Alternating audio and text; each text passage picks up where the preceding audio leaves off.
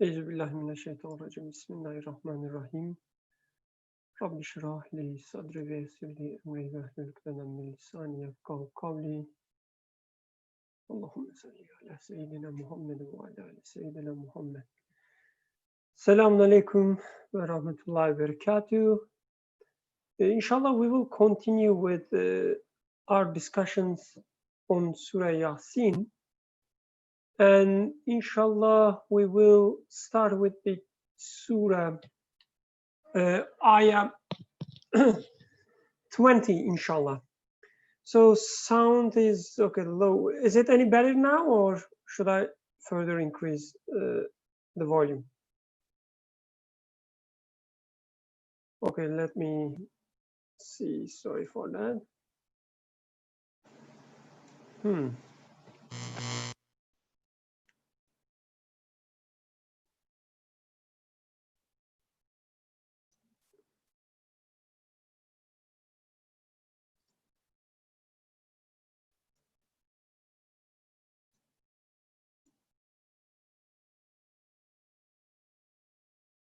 Really sorry about that. I will inshallah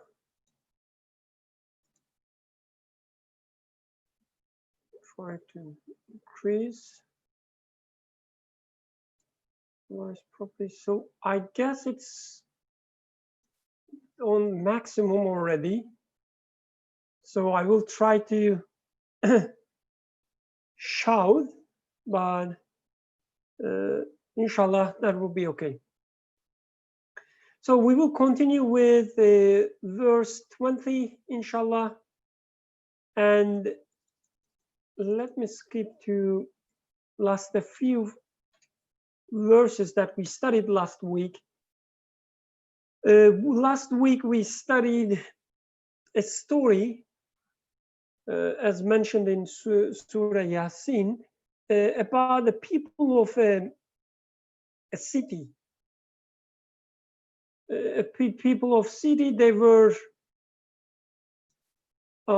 sent 2 and then 3 messengers, and we've been studying their attitude towards these messengers. And their attitude was, we wouldn't believe you because you are nothing like mortal humans like ourselves. We studied how this actually it's something we would expect from a messenger, that we would expect a messenger that we would interact with would be a human messenger, not an angel or not a supernatural entity, but a human messenger. And then we studied how the wisdom that we see in creation and how the attribute that we conclude about the creator, or as we call all-knowing, how such an attribute would necessitate, how knowledge, how wisdom we experience in universe would necessitate a messenger, a human messenger, being sent to us. And then how the message and the messenger shouldn't be separated at all, and how we should, like when we study messenger, we should be remind ourselves, we shouldn't forget that we should understand messenger within the context of message, or in the same way we should understand the message as being sent to a human being like myself, conveyed by a human being like a messenger, and being practiced, lived by a human messenger. And we then see another attitude, how they continue to deny the messenger, and then trying to expressing that the message they carried were not welcomed because it would cause some trouble in their life. So I'm using these pronouns as they, their, and so on. But of course, this is just for the sake of speed of narration. Otherwise, we studied last week the entire story as a story of ourselves. So when I say they denied, we actually meant that how we deny the message that we receive.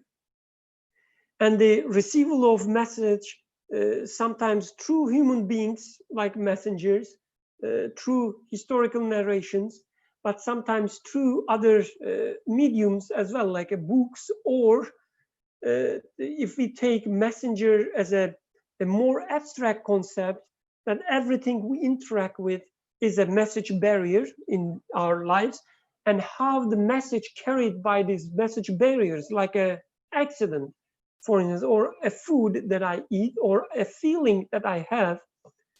Currently, for instance, I'm excited and also a little bit anxious because I'm still talking to people. And how these feelings are actually message barriers, and how I usually take their message, how I usually deny their messengership. So forth, and we reach to verse 20. And inshallah, we will continue with the verse 20 today. Let's start reading. Yusuf, would you like to read the Arabic for first two verses that you see for us, inshallah? Yes. وجاء من أقصى المدينة رجل يسعى قال يا قوم اتبعوا المرسلين اتبعوا من لا يسألكم أجرا وهم مهتدون. Jazakallah khairan. And there came from the farthest end of the city a man running. He said, "O my people, follow the messengers. O my people, follow the messengers. Follow those who do not ask you any payment, or who do not ask you reward, payment, ajr, and they are guided." Muhtadun. They are rightly guided.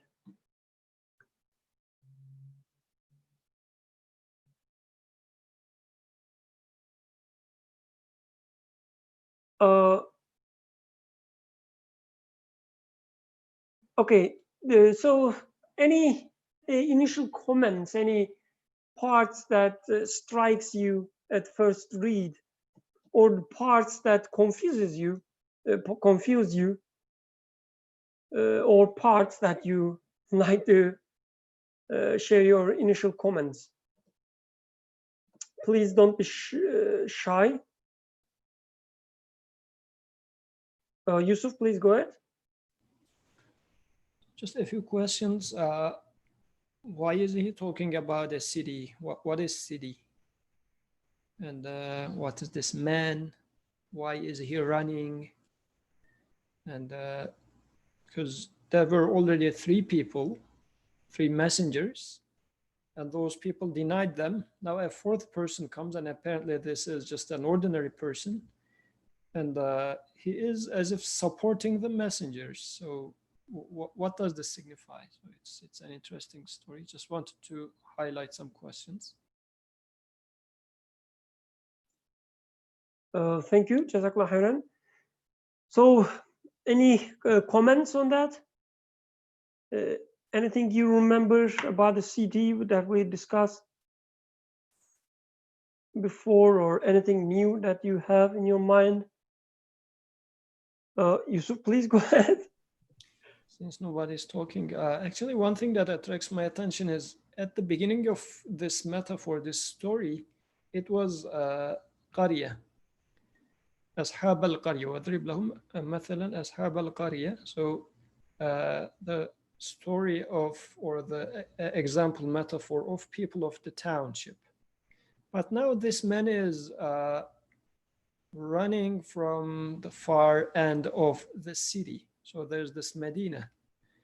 Why is this change of word in there? What is the significance of a qarya, like a township, versus now he's talking about this city? But again, this person is not coming from the center of the city, but he's coming from the farthest end of the city.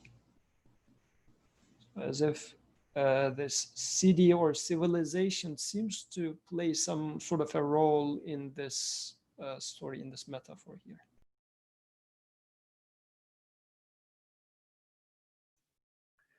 Jazakallah khair, great point. I guess we can take the men coming from the farthest end of the city or farthest end of the civilization, maybe in a way that so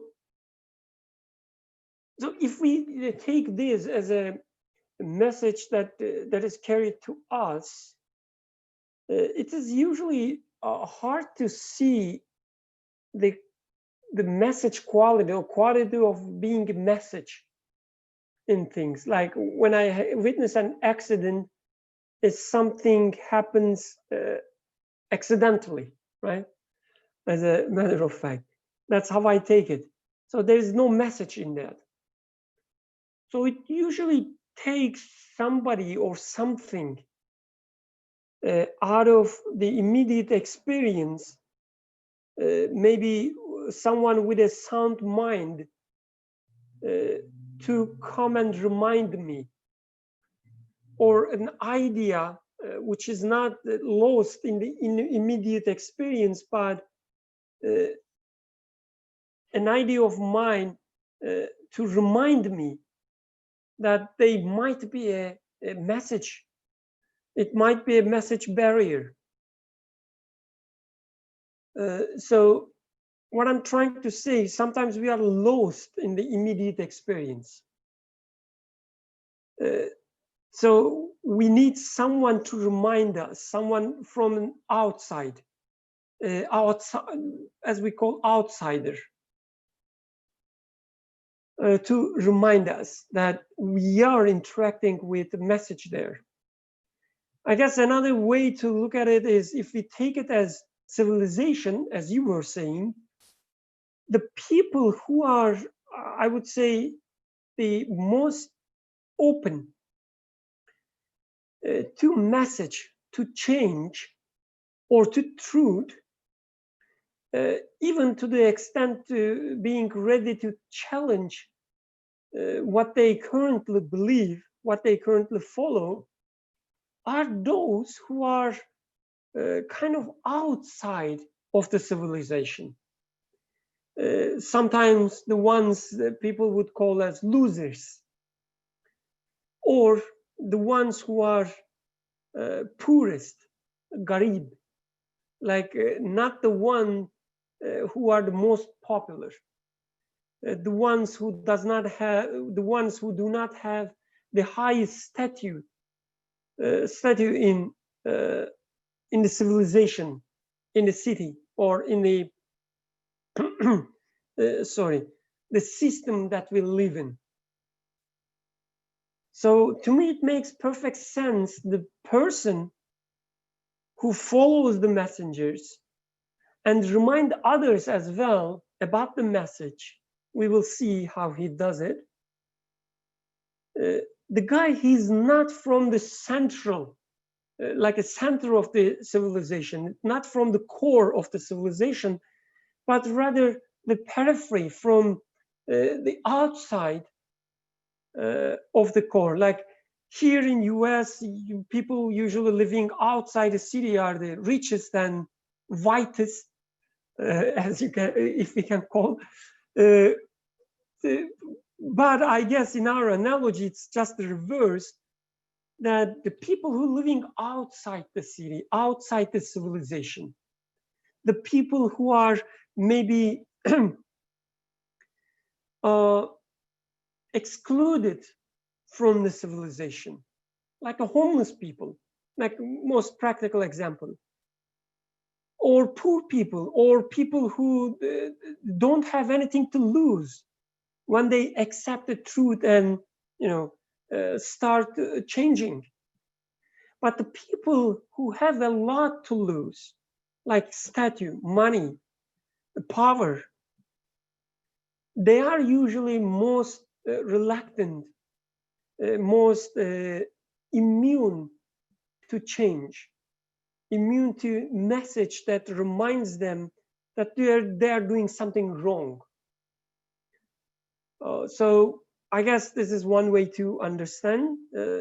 If you have anything to add on that, I'm sure you have much more. So please, Yusuf, go ahead. I guess this also أقصى المدينة رجل, it is just a man. It's not the man, it's not a specific person. It's just as if someone or no one out there. I guess in the example of, again, United States, you would say, well, he is close to circles in Washington, D.C. This would imply that this guy has a rank or has insiders or some network, part of a network in the government. So his life is going to be easier, whatever. And there is a status that this person wouldn't like to lose. But the person that's being mentioned in here is unlike this. He is, as you said, in the periphery. Like, he is a farmer of Texas. Like, who cares about a farmer of Texas when it comes to government politics, right? So there's nothing to lose in the sense that this person can question many more things than a person in, let's say, in the inner circles of the society, the civilization can question, because there's not much to lose. So it looks like when it comes to receiving the message or being open to message, being no one, or being able to just stay away from those titles that the society gives to me, my roles in society, am I able to think outside of the box, things outside of these titles that are put on me? Because if I think with my titles, then truth becomes a little bit like painted with, okay. It's going to be painted with, if I accept this truth, how much is it going to cost me?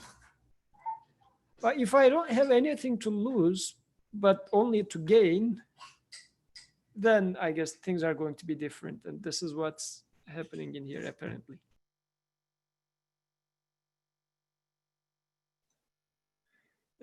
So I guess it's really important to see that when I deny a message, when I deny a message that tells me that you should change, the way you see life is not right. The way you live, it should be changed. My status, the power that I assume to have, the wealth that I assume to have, acts an active role in my denial. So, of course, this is not an argument against wealth or against power. If I'm given wealth, I'm given wealth, like there is no discussion there. But as to the extent I attribute this wealth to myself, that I gained it, I worked hard and I earned it, and I can spend it anywhere I like, any way I like. If I want to burn it, I will burn it. Nobody can interfere with that. If I live like this, if I attribute this wealth to myself, then it would act a big role, a very active role in my denial of a message, for instance, telling me that I should share my wealth with people. But when I do not attribute my wealth to myself, but rather I see it as a bounty, when a message comes and tells me that you should share your wealth with people, I would say, yes, definitely I should share. I see that this message coming from a right source, because I have this appreciation in me, appreciation of the wealth, the bounty I am being given, and this message tells me how I should put this appreciation into practice. Thus, my wealth will become a evidence or become a means of confirmation of the message, telling me that I should share my wealth.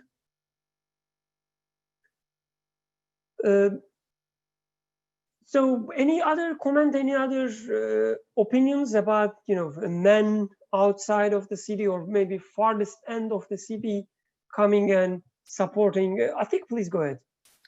Yeah, what interested me or caught my attention was that the message that was being discussed in the center of the city, it reached the man all the way at the end, and we can assume that, the integrity of the message was preserved. So because it would cause this man to run and leave everything behind and race and try to convince his people to believe the message. Whereas if it was, something else, maybe some words or the message was distorted, he wouldn't care. And I think that serves to supplement the idea that this is a divine message, that it was sent to all these people, and through divine help, it was fulfilled to be sent to everyone.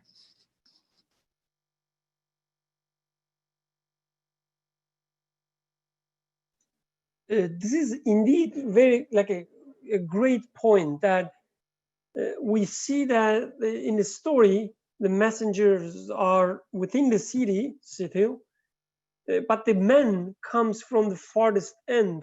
That means this message has a universality. Like it is meaningful for the people of the center, it is meaningful for people of periphery as well, or outside.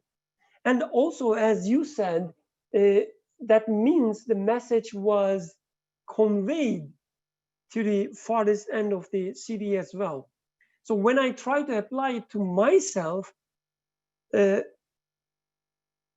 message that I interact with is for every limb of myself, or every idea of every the mental process I have, which is an addressee of this message. It is for everything I have. It will satisfy my heart, it will satisfy my mind, it will satisfy my desires, my feelings, everything. However I try to define myself, anything which remains at the very, the farthest of my definition would still benefit from the message.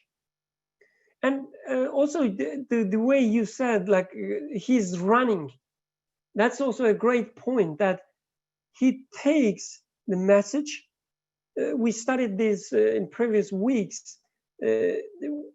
Messenger was told in previous verses that you can only warn someone who takes the message to his or her heart. And this guy is one of them. He takes the message and he does not just continue sitting and doing whatever he used to do before. He takes the message, he puts it in his heart, and then he lives it. And then he lives it, and then he conveys it to others as well. He takes the responsibility of the message. So I guess this is a model for us as well. Like when we have this message, when we receive a message, we should be running. That means we should be open to change our life. We should be open to change every aspect of our life. Whatever part of us has changed with this message, it should run to the other part of the city being me in this metaphor, and tell other parts that you should also change. Take whatever inside this message and listen to it. Or we can, of course, apply city, take city as a city, literally city, and say that when we are given a message, when we understand something, when we witness an event and we take a message out of it, we should be running to convey the message to others as well. Any other comments? Yusuf, please go ahead. And as much as we get excited with the message, we would like to share it. I guess this this running reminds this excitement, and it applies to anything that you're excited about. If you buy a new gadget, if you find something cheap in Amazon, you share it with your friends, right? Just very. Sometimes you act very slow, and when you share, the link is already expired. But yeah, good example. Go ahead, please. So this man in here, I mean, it looks like it is quote unquote natural for human to share something that's valuable, and this is what this man is doing, like getting excited with the message and going back to his people saying that what are you doing? Are you aware of what you're losing? I guess this excitement is something that I can confirm with also. And when reading this example in here, I can ask the question to myself. Yes, it makes sense to me that some exciting message, if it comes, yeah, I'm going to find myself in that person's shoes. But when I receive revelation, do I really feel like this? Maybe I can ask that question also.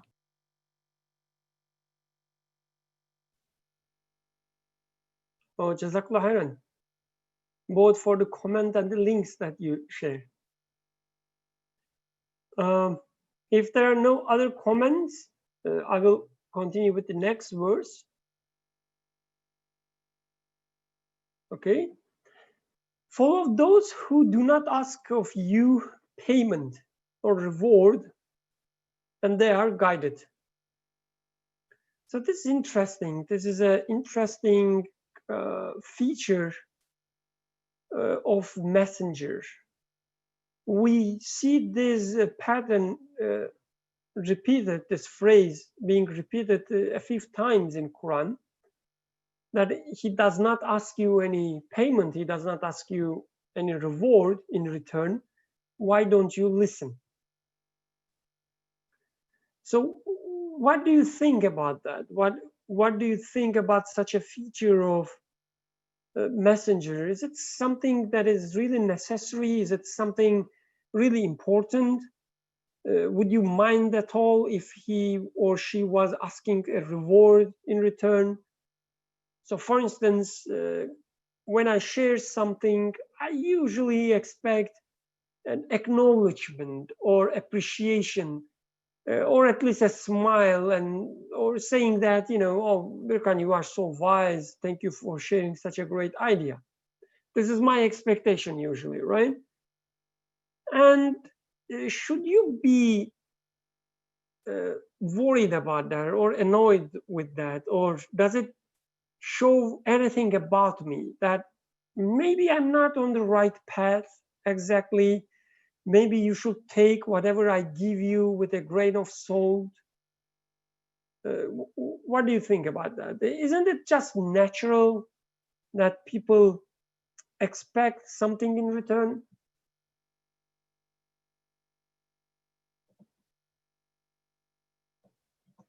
Yusuf, please go ahead. Yeah, I mean, it's commonly observed in first-hand experience. Let me put it this way. But if you ask the question, is it correct? I mean, it is very common. I experience it. We experience it.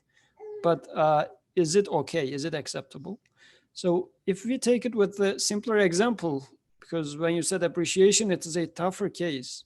But if the person was expecting for wealth, expecting for just money, or trying to get some privilege, how would it look like?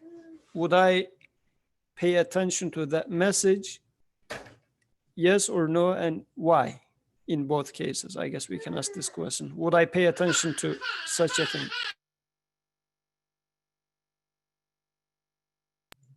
So great question. I guess the answer depends on what you are getting from the messenger. So for instance, if you are after success in life, like success in life as defined as being more wealthy, more success, more powerful, having a higher status, right? Anyway, status. Then, if messenger or if guide,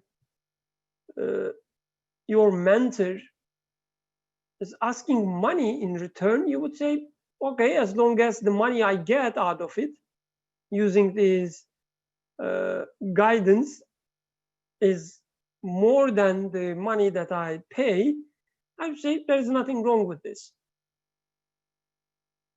But if you are after you are after something more, something that would fill or sustain desire of your heart as a human, then the only message that can satisfy your heart is La ilaha illallah, which is, there's no deity other than him. So we discussed this several times, so I'm quickly jumping why this is so. And when this is the message, when message is telling you that, Birkan, you don't own anything, you are not lord of anything, and just like you, nothing in the creation, nothing in existence has any ownership of anything in the existence. Nothing that you interact with has any lordship over anything. When this is the message. The message barrier, message carrier, or messenger shouldn't contradict with this message. Otherwise, when source is not reliable, message is not reliable, or vice versa. So I would expect a messenger to be acting accordingly, showing me as a practical example that he or she does not own anything. She doesn't have any the authority over anything. Thus, there is no place for asking anything in return. This is the message given to me from the source of creation, the creator of the universe, and I'm just conveying it. And I don't have any authority on it. So I don't have any right to ask anything in return. Anything contradicting with such an attitude, I would say, would nullify or invalid, or let's stick with the nullify his claim or her claim that he is a messenger. Any other comments on that?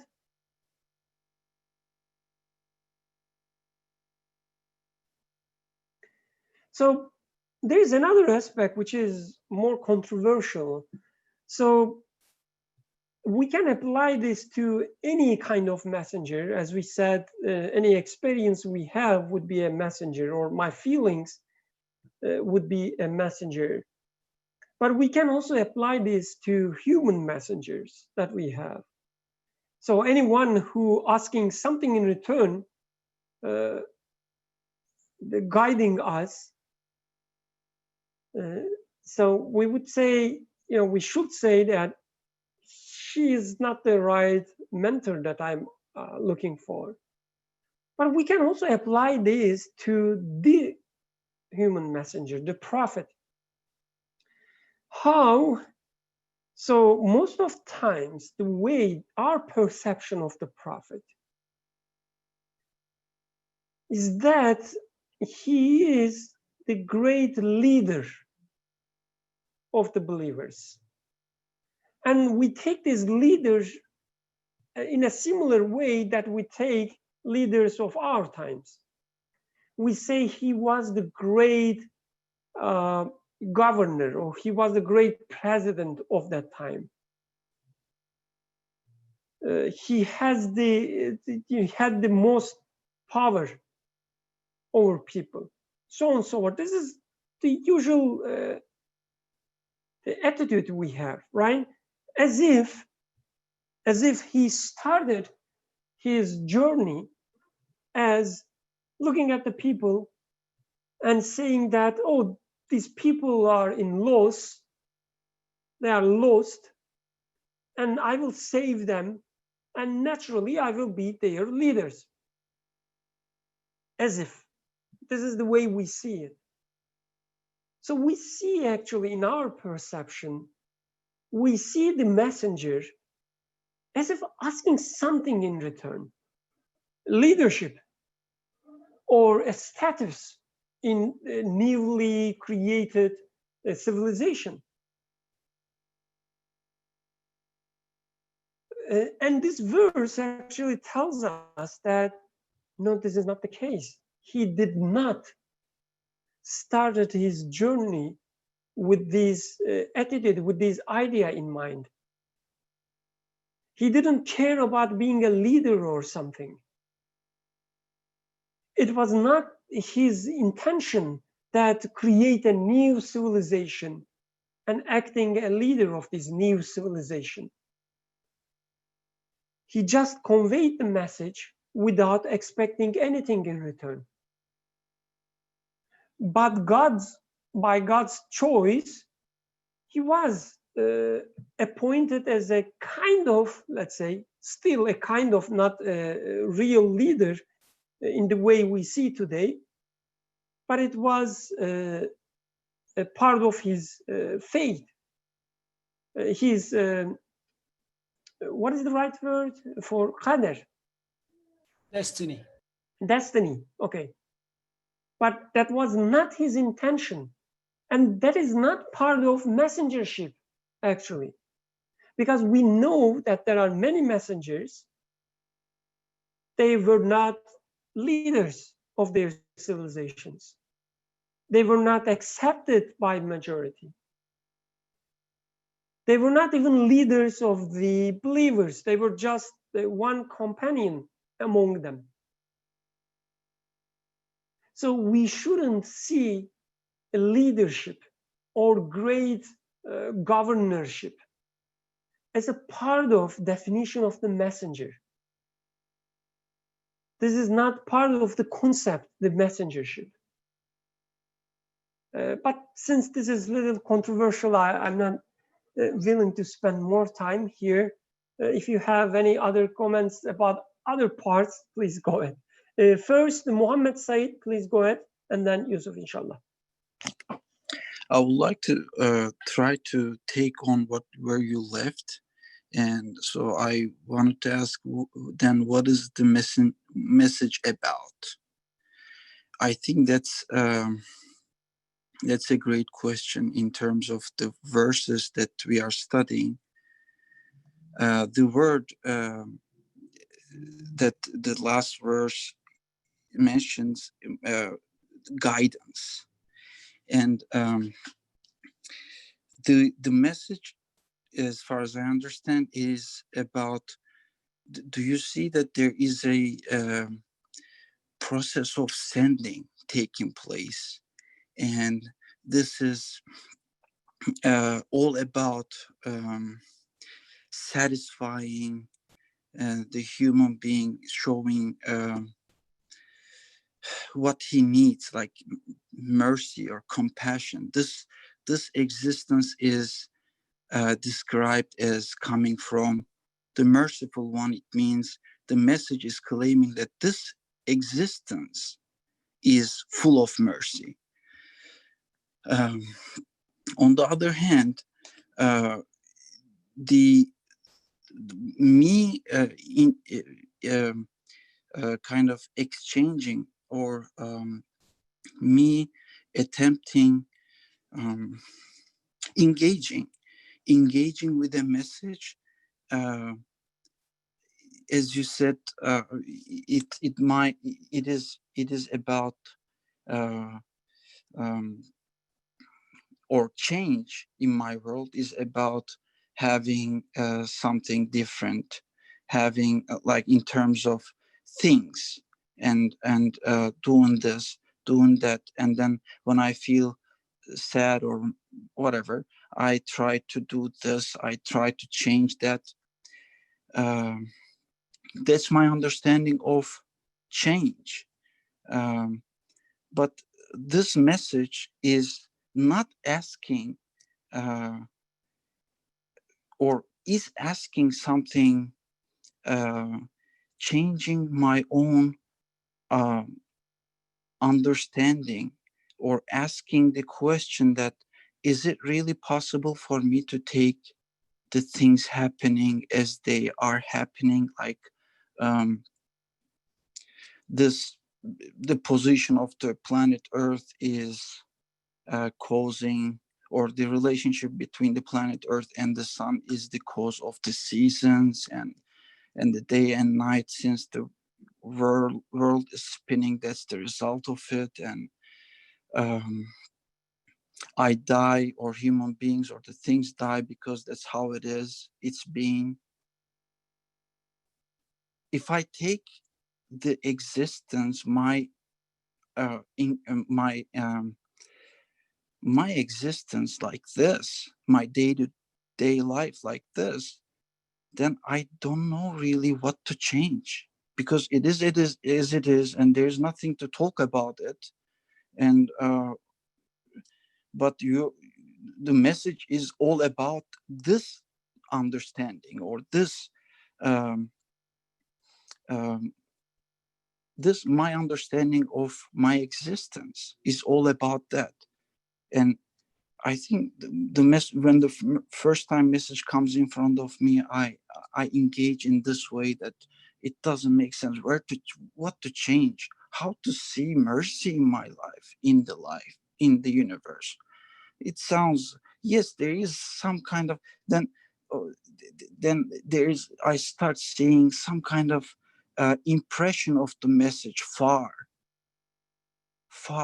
It's, yes, it's still not with me, but there is a maybe possibility that this message is real. Then now I kind of acknowledge what to change. I think guidance is a very interesting word. Thank you.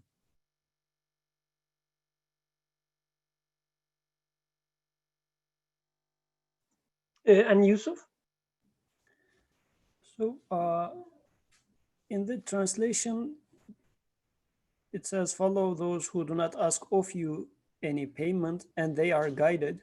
So where is translated as and, but it could have also been translated as therefore they are rightly guided. So this wow can be translated in several different ways.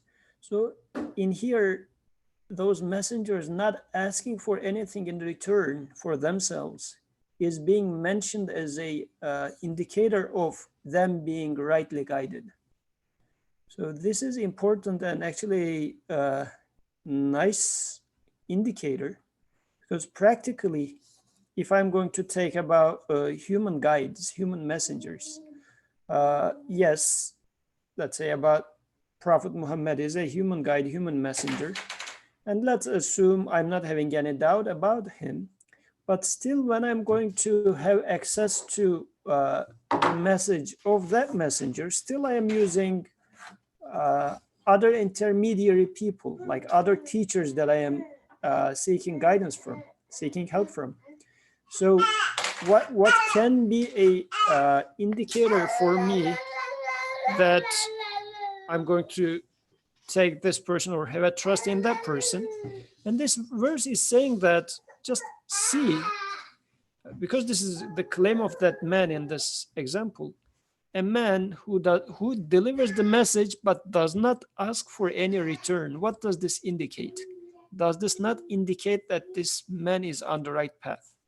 Because as you were saying, with the even more tougher version of this asking for a return is asking for appreciation, as if the gist of that idea of asking for some sort of return is, I am giving you something from myself. It belongs to me in the first place. This is why out of my beautiful heart and good feelings, I am gifting this to you. So I am worthy of receiving something in return because it came from me.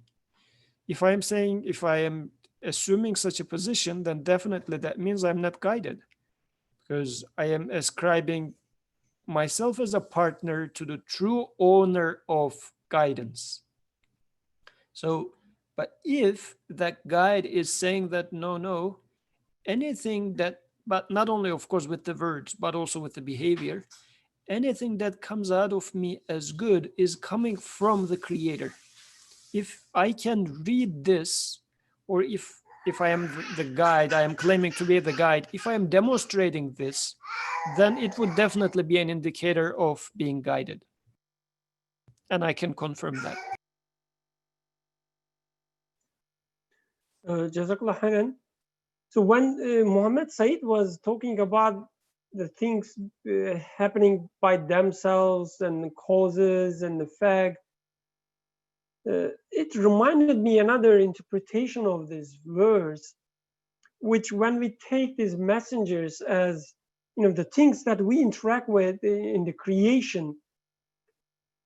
So I guess one indication, so also tying with what Yusuf said, one indication that I am following a messenger from the Creator within this event is that I do not give anything in return of this message to the messenger.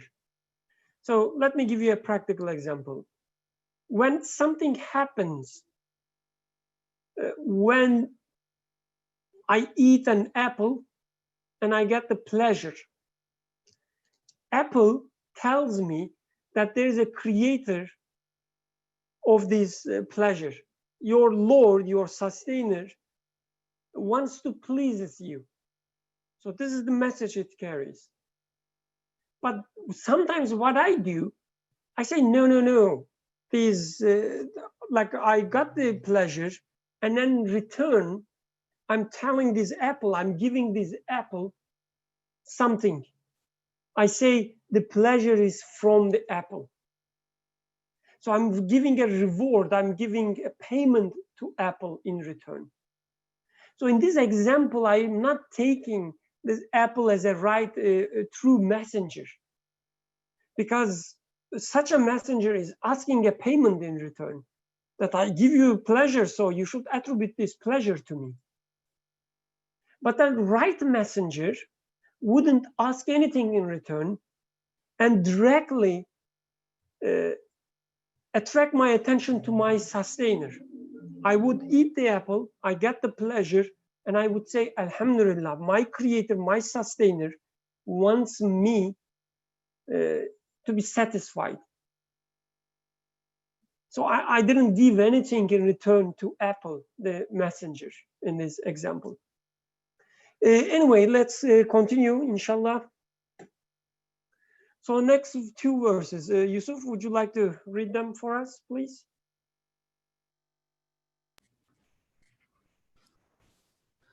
وما لي لا أعبد الذي فطرني وإليه ترجعون أأتخذ من دونه آلهة إن يردني الرحمن بضر لا تغني عني شفاعتهم شيئا ولا ينقذون.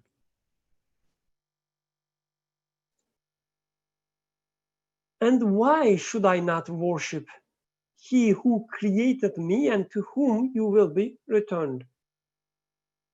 Should I take other than Him deities if the most merciful intends for me some adversity, their intercession will not avail me at all, nor can they save me.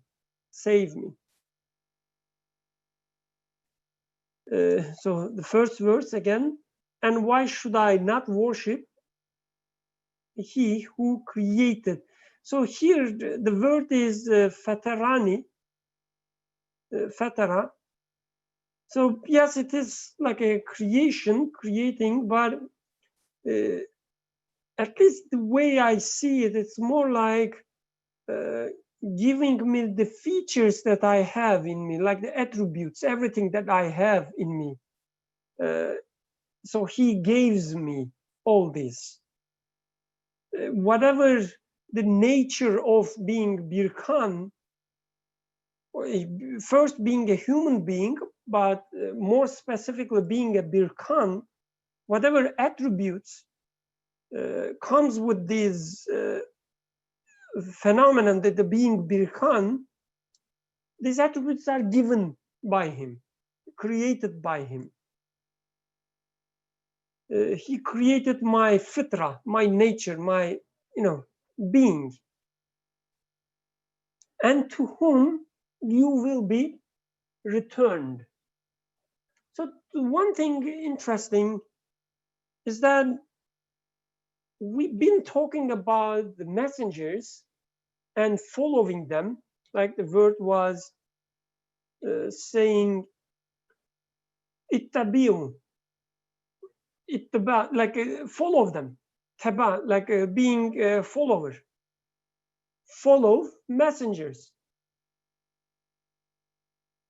And then now he's talking about, or we are talking about, worshiping the one who creates us, who shapes us, molds us, and the one who will, or you will, be returned. Why there's such an immediate jump? So for the sake of time, I would say this is very relevant to previous verse in which messengers didn't ask anything in return. So when we say follow messenger, it means following the creator. There's a direct jump between the two, or not even a jump, like two are equivalent to each other. They are same. When we say follow messenger, it actually means worship God. So following messenger doesn't have anything in it which relates to messenger itself. It doesn't relate to any feature of the messenger, any property, attribute of the human being, or the event that we interact with. It is all about worshiping creator, sustainer, who creates us. So this is this immediate connection between the two. Because they don't ask anything in return. There is nothing that they can ask. There is nothing that we can attribute to them. So following them is all about worshiping the creator. And the way it is described here is that the creator, the way I know, is whatever I have, everything that I see in me belongs to him. This is how I define creator. When I follow the messenger, follow the message, accept the message, like the man here, I say, I see everything in me as belonging to him. This is how I follow the message. He is the one, Fatarani, created me, created everything in me. Everything goes to him. This is following the message. And I say that you should also return everything in you to him, to whom you will be returned, to whom that everything you have or also belong to. So this is how we should know the creator, how we should know the sustainer. Mohammed Said, please go ahead. Um, my attention went to the part to whom you will be returned as well. It means to me that the message is coming with this with this idea to me that this is something that I can return. It means I can take besiege in. It is a dynamic relationship. It is I can ask and I can take refuge, and it is a relationship. Maybe this is because since the message is about the things being sent, and they have no power on each other. They have no quality to make the other exist and make themselves exist, and including me observing them. It is part of this existence being sent. So now I think the same existence that I was not able to see any mercy or compassion with it, and it is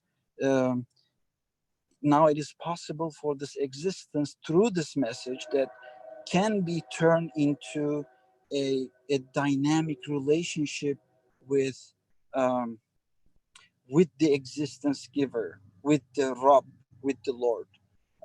Also, I wanted to mention about that thing.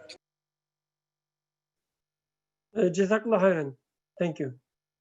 Anyone who wants to, anything on that regard? Another comments? Oh, sorry. Okay. So next verse now talks about what happens if we do not follow the messenger.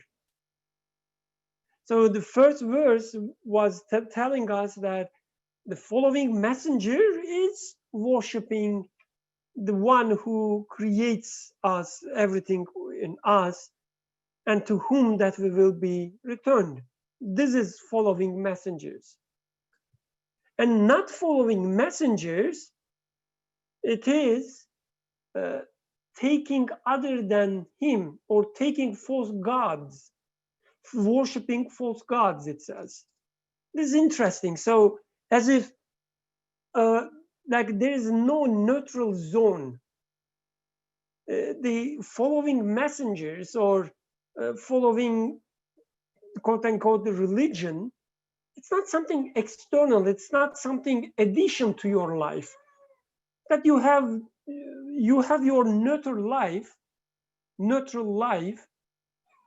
that you do not worship anything, but then messengers come, a messenger comes, or a message finds you, and you have the option whether to follow this message, which tells me that everything I have is being created and given to me,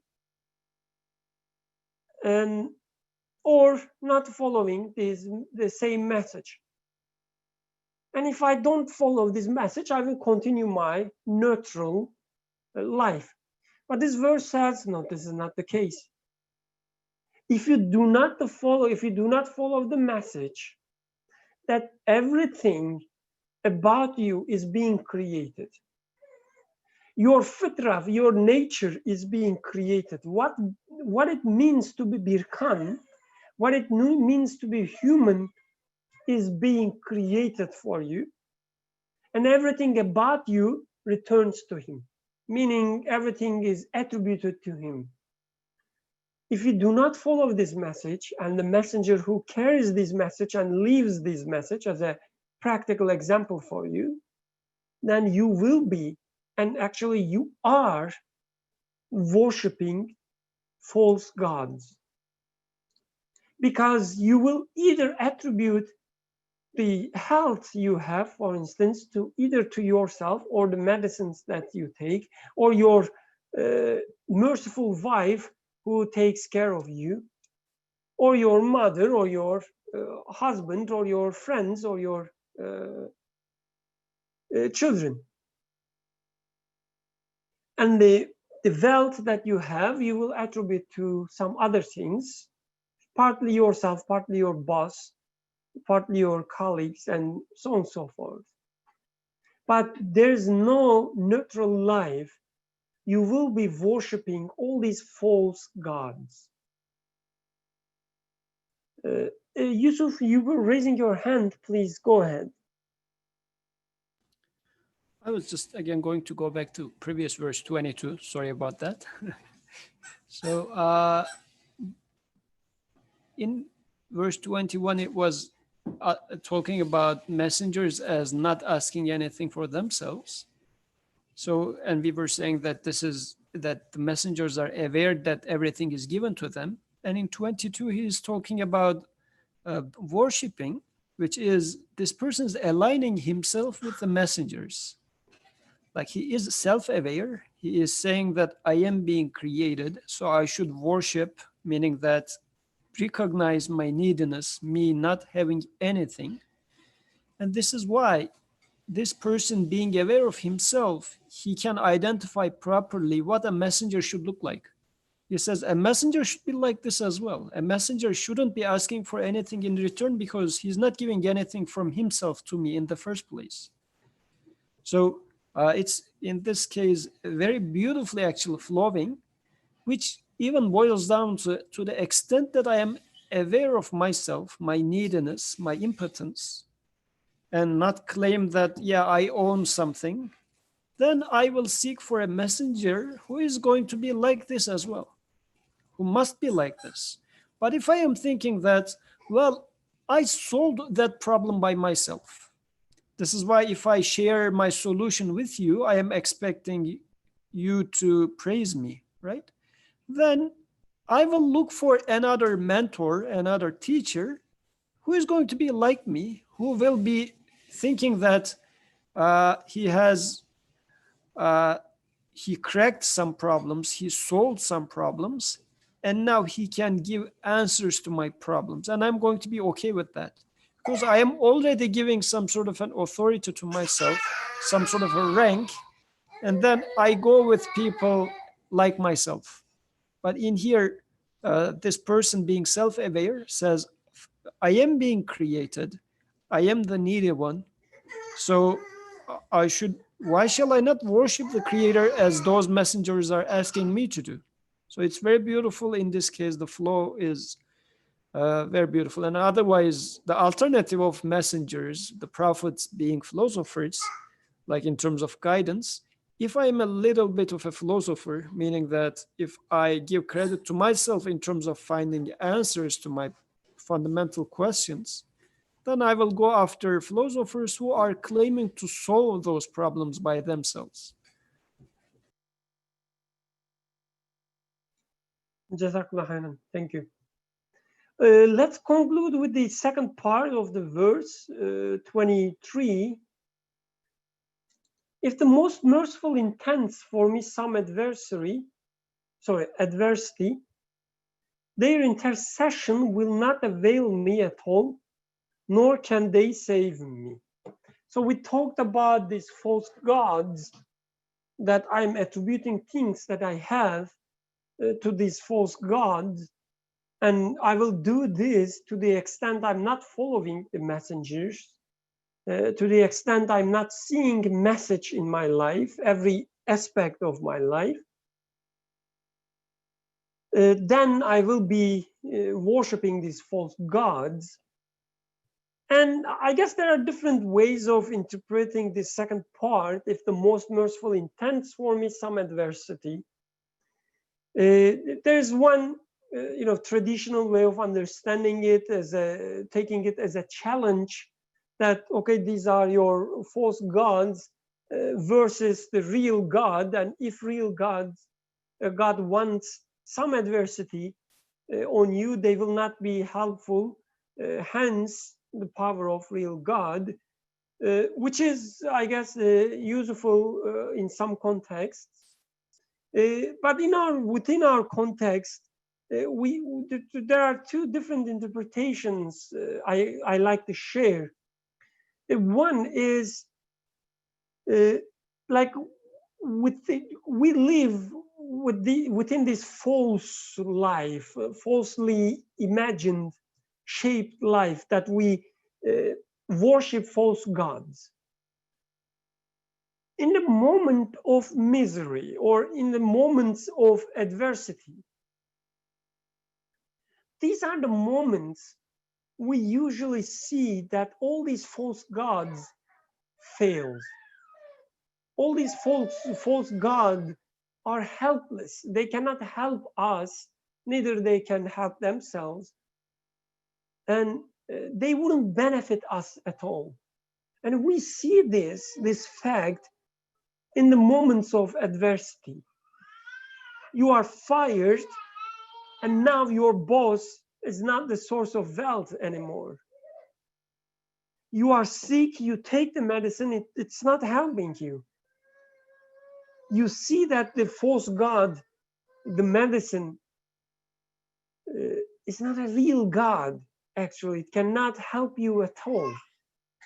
So their intercession, I'm taking intercession in a specific way, in which, like, for instance, in my daily life, I take medicine and it usually follows with health, a healthier being. So there is this kind of connection between the two. And I take this connection as an intercession, in which this medicine acts as an intercessor. The God creates this relationship between the two, creates this association between the two, medicine and the healthy being, so that I learn something about my creator. And such an intercession wouldn't work. I see that it wouldn't work when the creator does not allow. So which I'm kind of copying the verse from Surah Baqarah, the Ayat al-Kursi. من ذا الذي يشفع إلا بإذنه, right? إنه إلا بإذنه. So who would have any intercession without his allowing to? So anyway, in these moments of adversities, we see that they are not gods. They are false gods that we've been worshiping so far. And this actually comes out of mercy, because it teaches us that they are false gods and nothing more. Hence, it's the most merciful. So most merciful intends to teach me something real with these moments of adversity. And I realize that all these false gods do not have any powers in my life. They cannot help me at all. They cannot save me from my misery. And this is the moment that I received mercy, that I free myself from false gods. Now I am free of my boss. I am free of my, let's not go with the example of wife, husband. I'm free of my parents. I'm free of my children. They don't have any power over me. I see it now. I see it clearly now. This is the moment of mercy for me. Or another interpretation, I would say, we can also take it as, in the moment of adversity, if we do not see this moment as coming from the most merciful one, as coming from the one who creates everything in a merciful way, then I see myself in loss. Then I see myself as being someone who cannot be saved, someone who's alone, someone who's lost. So when I don't see the message in creation, and whatever happens to me, bad or good, if I don't see the message in it, if I don't see it coming from the most merciful one, then I am in lost. Then this is the moment of adversity for me. What makes a moment of adversity is the fact that I don't see a message in it. I do not follow the messenger there. An accident happens and I say it's an accident. It happened out of the drunk driver, due to a drunk driver. I don't see a messenger, I don't see a message there. And this moment is a moment of adversity for me. And when I see life in such a way, when I do not see messengers, when I do not follow them, when I do not see message and follow them, when I attribute everything to false gods, when I worship false gods, then I am in a manifest error. Dalal mubin, manifest a clear error, clearly being out of the way. When I don't see message, when I don't follow messengers. So as Yusuf was saying, there's a like incredible, very beautiful flow in these verses of the Quran. And the next verse, I will stop here. Inshallah, next week we will study this verse in more detail. But when I live my life as described in verse 23, then verse 24 follows nicely. Indeed, I will then be in a manifest error. سبحانك لا علم لنا إلا ما علمتنا إنك أنت العليم الحكيم.